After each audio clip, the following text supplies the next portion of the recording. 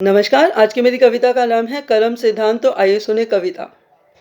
कर्मों से जन्म, कर्मों से देह, कर्मों से अन्न जल, कर्मों से आवागमन कर्म सिद्धांत कहते हैं। काया द्वारा कायिक, वाणी द्वारा वाचिक, मन द्वारा मानसिक कर्म माने जाते हैं।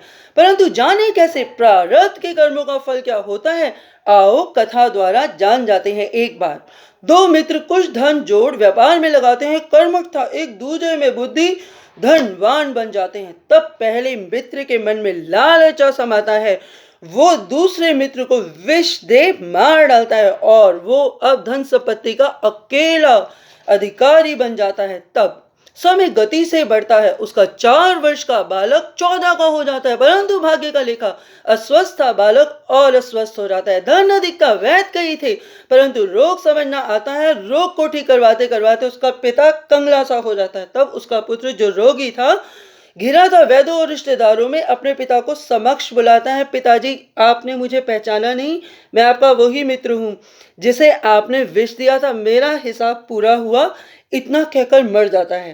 कर्म प्रधान है, वेद शास्त्र गीता पुराण सब कर्म की ही व्याख्या बताते हैं। कर्म अकर्म, शुभ अशुभ, कर्म योग, कर्म संन्यास, कर्म बंधन आदि कोई भी जीव अकर्मण्य नहीं है। कर्म करें कैसे जीने की कला सिखाते हैं। यूं तो कर्मों की गति से राजा हरिश्चंद्र भी बचने ना पाते हैं। एक बार इंद्रलोक में गुरु विश्वामित्र वशिष्ठ को देखकर प्रश्न कर जाते हैं, अरे आप इधर कैसे। तब वशिष्ठ सत्यवादी राजा हरिश्चंद्र के पुण्य द्वारा इंद्रलोक आगमन की बात बताते हैं। विश्वामित्र तब राजा हरिश्चंद्र की परीक्षा हेतु पृथ्वी पर आते हैं। वन में एक सुंदर स्त्री को पाने हेतु तप कर जाते हैं। इतने में मृग्या शिकार हेतु आगमन राजा का। स्त्री रुदन सुनकर रुक जाते हैं।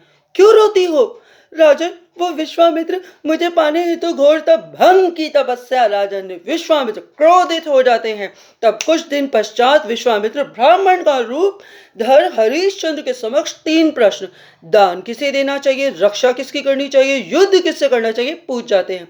उत्तर में हरिश्चंद्र दान ब्राह्मण को करना चाहिए, रक्षा भयभीत प्राणी की, युद्ध शत्रु से करना चाहिए बताते हैं। दान ब्राह्मण को। वाक्य सुनते ही ब्राह्मण वेश में विश्वामित्र राजा हरिश्चंद्र से संपूर्ण राज्य मांग जाते हैं। सत्यवादी राजन अडिग सत्य पर राज सुपुर्द कर जाते हैं, परंतु अब ब्राह्मण को दक्षिणा चाहिए।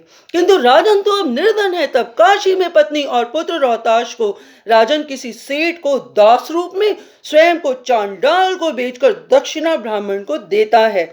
रानी तो अब नौकरानी थी, पुत्र दास बन सेवा करता है। एक दिन फूल तोड़ने को जाता, सर्पदंश तड़फ उठता है। निर्धन का कौन उपचार करे, रोहताश मृत हो जाता है।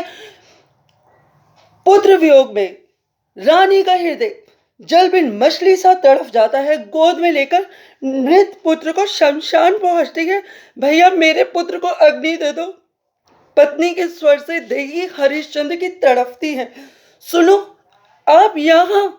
देवी पहले कर चुका हूं, मैं निर्धन हूं।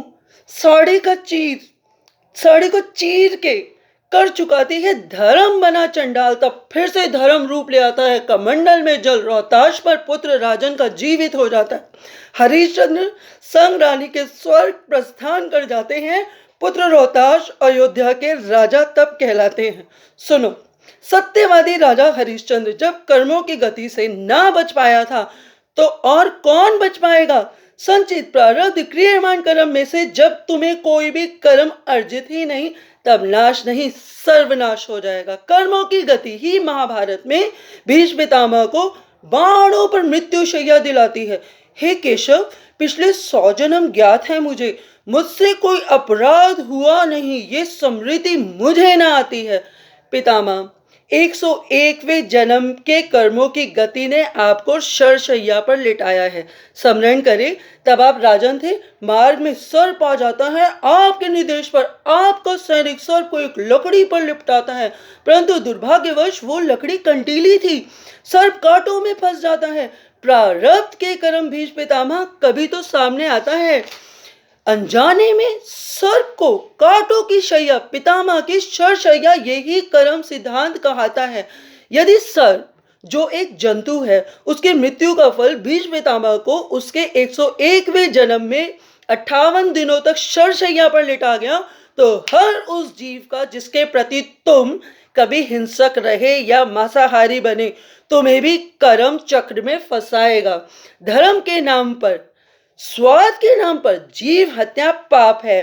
प्रत्येक जीव में आत्मा स्वरूप परमात्मा का ही नाम है। मैं चक्र सुदर्शन समय को मंडलाकार घुमाता हूं, तुमने जो उचित अनुचित किया उसे सूद समेत लौटाता हूं। कर्म सिद्धांत से तो दशरथ भी बचने ना पाए थे। एक बार अखेट को गए दशरथ वन में सरयू के समीप जल में हलचल देख बाण चलाते हैं।